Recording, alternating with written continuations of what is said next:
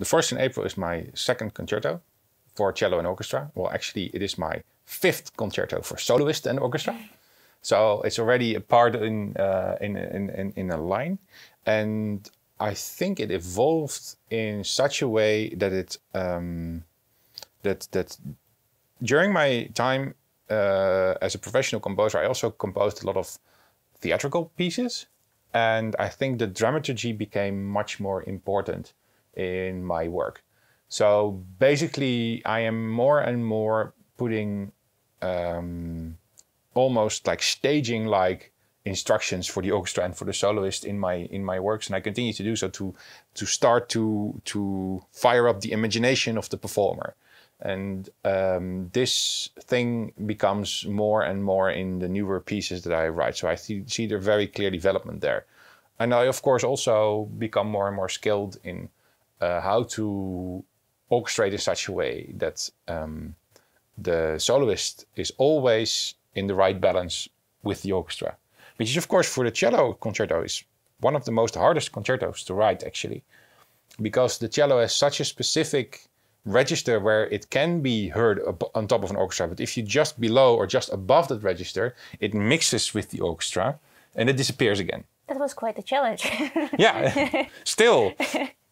So you could say that there are still things for me to learn there.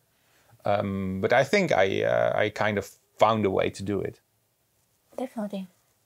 How was your experience playing with the orchestra? Quite overwhelming, but it was also my first experience of playing with Symphony Orchestra, and there were quite a few places where I thought I just cannot hear myself, and I was quite upset about it.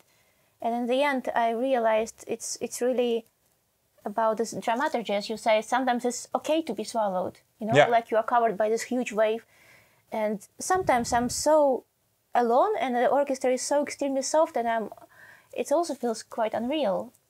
And yeah, there's also one place where I'm singing, and that was also something I've never done yet before, singing with the Symphony Orchestra while playing cello. Something you asked for, though. True. True. That was also a special place. It felt like I was suddenly in a fairy tale, and that, yeah, I really liked the colors there. It's actually going about the first movement, the end of the first movement of the 1st in April. So what is your favorite moment? Is that your favorite moment in the piece, or is there another moment that you say is my favorite moment? There is one favorite moment actually in the Requiem. Ah. You know, when the orchestra explodes? Yeah. That's my favorite moment. Yeah, it's the most tragic moment as well in the piece. Yeah, I like tragedy. Yeah. I think, it's for me, it's one of my favorite moments as well. But I also like the fast passages in the second movement, where the motives are just getting shorter and shorter until it blows up to be something completely ridiculous. That's true. Yeah, I enjoyed it as well, very much so. I have actually one more question. Yeah, sure.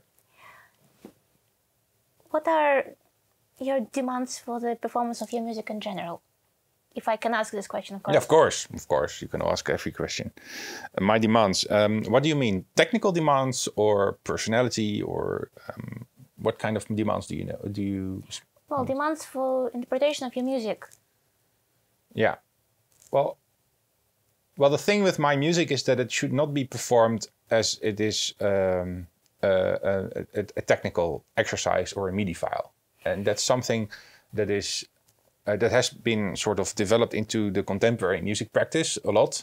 That the first time when you work with I work a lot of times with ensembles or performers who see the music and they play it just as it is written, with as little emotion and as little involvement as possible, just as a technical exercise, or almost sounding like a computer. This is something that I am not interested in. I would like to have with my music that it feels organic in a way, and it feels like a performance. And I see musicians also as performers, as almost like actors. They interpret the music and fill it with their own emotions, because the sheet music is not the music. The sheet music is just an instruction on how the sounds should be played. But in the end, it's completed by the performer. And then, of course, the sounds are being registered by the listener, who who fills up the rest of the gap. So that's how music works. The music only exists also in time. So it's just one moment and then it's gone. So I would like to take as much out of that moment as possible. And then for me, just a technical way of performing the music is not enough. I really would like to have a sort of emotional connection between the sheet music, the performer, and the listener.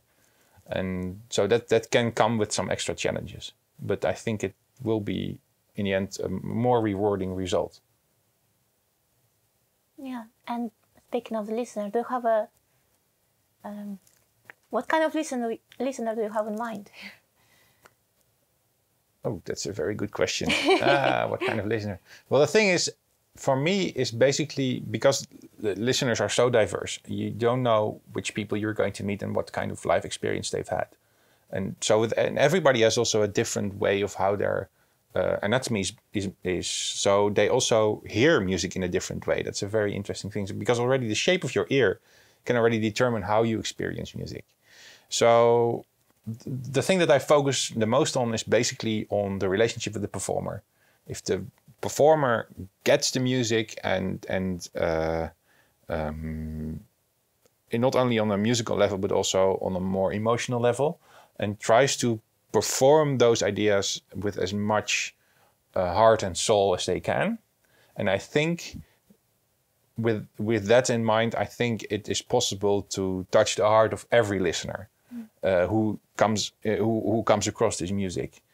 And I think that there lies the true thing. And then the music can be as difficult or as easy or as good or as bad or what it is. In the end, it is all in the interpretation and the way it is being projected that it can mean something important for the listener.